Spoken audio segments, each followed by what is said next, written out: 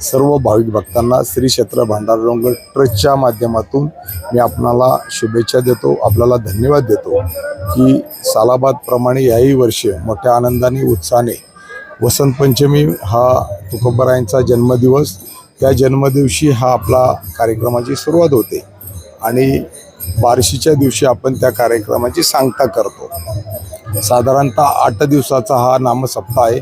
महाराष्ट्रातील सर्व नामांकित कीर्तनकार, प्रवचनकार यांची या ठिकाणी सेवा रुजू होत असते आणि ही परंपरेने गेली 50 वर्ष हा नामयज्ञ मोठ्या उत्साहाने साजरा होत असतो।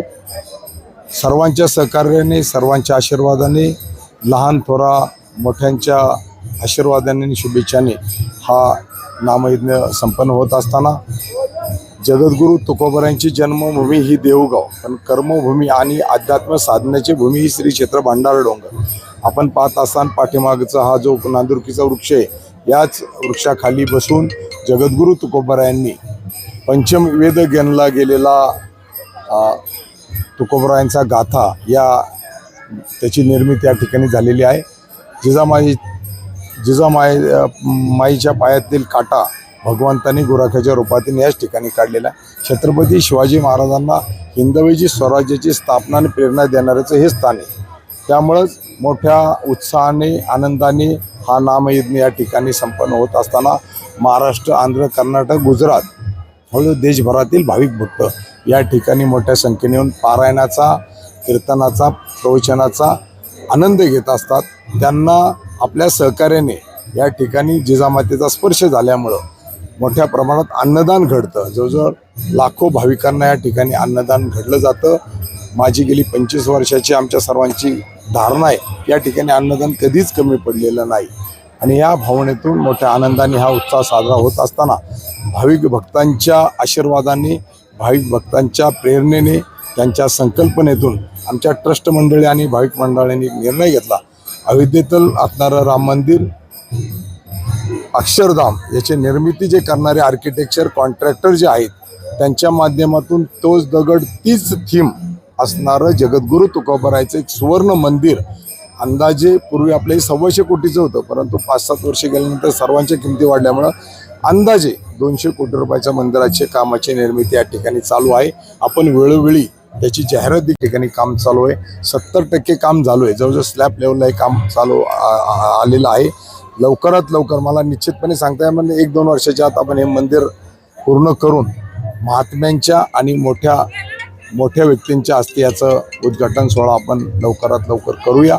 आपल्या चॅनलच्या माध्यमातून मी सर्व भाविक भक्तांना एक प्रार्थना, नम्र विनंती करतो की आपण 1 रुपयापासून तर आपली जिथपर्यंत दानत आहे तोपर्यंत आपण तेवढी देणगी या जगद्गुरु तुकोबारायांच्या कार्याला द्यावी।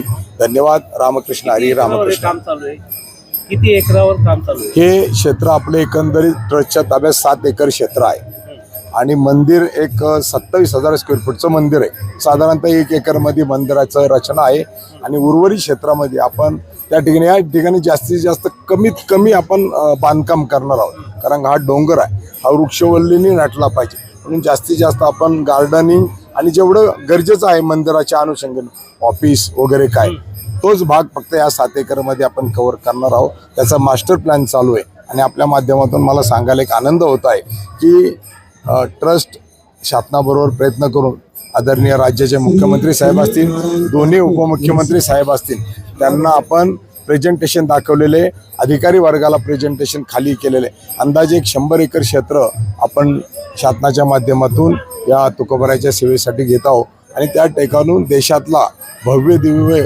कॉरिडॉर उभारण्याचा संकल्प आपण करत आहोत। लवकरच मुख्यमंत्री साहेब आणि उपमुख्यमंत्री साहेबांची भेट घेऊन त्यांना या ठिकाणी दर्शनाचं निमंत्रण आम्ही आपल्या चॅनलच्या माध्यमातून देऊ इच्छितो।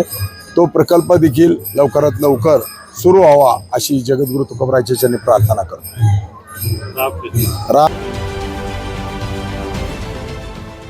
देश विदेशातील प्रत्येक घडामोडींचे लाईव्ह अपडेट मिळवण्यासाठी आता साम टीव्हीच्या सर्व सोशल मीडिया प्लॅटफॉर्मला लाईक, फॉलो आणि सबस्क्राईब करा।